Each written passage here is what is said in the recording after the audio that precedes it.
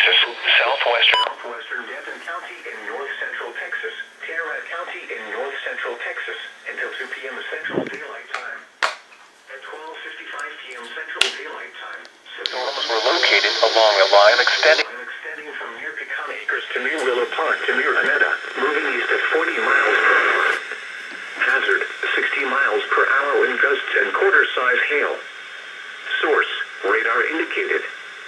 Impact, hail damage to vehicles is expected. Expect wind damage to roofs, siding, and trees.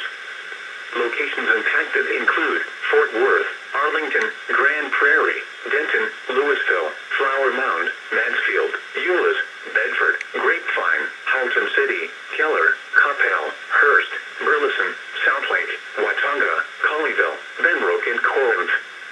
This includes the following highways: Interstate 35W between mile markers 38 and 84. Interstate 35E between mile markers 453 and 465. Interstate 20 between mile markers 423 and 453. Interstate 30 between mile markers 2 and 31. For your protection, get inside a sturdy structure and stay away from windows. A tornado watch remains in effect until 8 p.m. Central Daylight Time for north central Texas.